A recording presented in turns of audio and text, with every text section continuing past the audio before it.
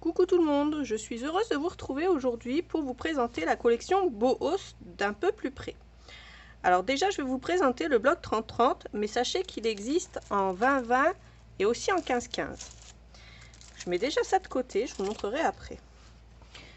Alors, pour la première page, on a pas mal de petites choses à détourer ici. Et ensuite, la deuxième page, elle est comme ça. Alors je ne vais pas rentrer dans les détails, Bohos c'est pas quelque chose que je connais. Je sais que c'est un style artistique très apprécié des Espagnols. Mais après, je ne saurais pas dire. Hein. Je n'en sais pas plus. Voilà. Mais les amateurs d'art, je pense, connaîtront bien la chose. Donc c'est un style quand même assez sympa, assez coloré, assez particulier aussi, hein, il faut le dire. Là on a 6 cartes.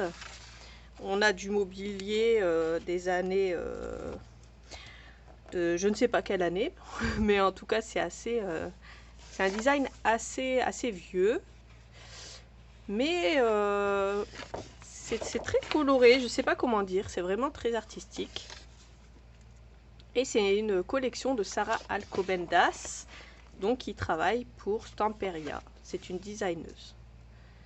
Donc voilà comment tout se présente. Il y a quand même des pages assez sympas, assez jolies à travailler. Ici, on n'a que des tags. Ici, c'est comme ça. La Bohos Dreaming, Bohos Design. Ensuite, on a ceci. Et puis on a plein de petites choses à détourer ici. Donc voilà pour cette jolie collection de Bohos.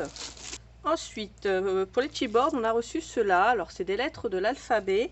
Et il y a une majuscule à chaque fois et une minuscule avec, bien sûr, qui sont décorés avec les designs Bohos. Ensuite, on a les rubans. Donc ils sont comme ça. Je vous avais déjà expliqué à quoi ça sert les rubans. En fait, on les pose. On gratte, il y a une pellicule protectrice et une fois qu'on la retire, ça s'est posé comme un décalco et voilà comment celui-là il est. Donc on retrouve souvent ce petit bonhomme là, cette figure là, et puis c'est le design Bohos après pour le reste. Je vais prendre une feuille noire et je vais vous présenter tout ce qui est éphéméra et die cut. Alors, au niveau des éphéméras, voilà ce qu'on a. Donc, normalement vous les voyez tous. Enfin, tous ceux que j'ai mis sur la feuille. Donc voilà, ici on a celui-là également, l'art est nécessaire, et les autres vous les voyez. Ensuite, il nous en reste quelques-uns à découvrir. Voilà ce qu'il nous reste à découvrir. Alors les éphéméras, je vous l'avais déjà expliqué. Il y a une fine pellicule à l'arrière et ce sont des autocollants. Alors voilà comment se présente la première fournée de die cut. Ceux-là, on ne les voit pas très bien. Donc là, on en a déjà plusieurs. On en a des gros. On a des personnages comme ça et aussi du mobilier. Donc là, c'est déjà la grosse première partie. Voici la deuxième fournée de die cut. Je vous invite à mettre pause pour les regarder d'un peu plus près si vous le désirez. Et voilà pour les derniers die cut de la collection. Donc vous l'aurez compris, c'est une collection assez colorée et assez jolie, de thèmes artistiques. Et voilà. Donc j'espère que ma présentation vous aura plu. N'oubliez pas qu'on va recevoir encore d'autres articles de chaque collection que je vous ai présenté, mais qu'on n'a pas tout reçu d'un coup. Mais on va recevoir d'autres choses, donc je vous les montrerai au fur et à mesure, ne vous inquiétez pas.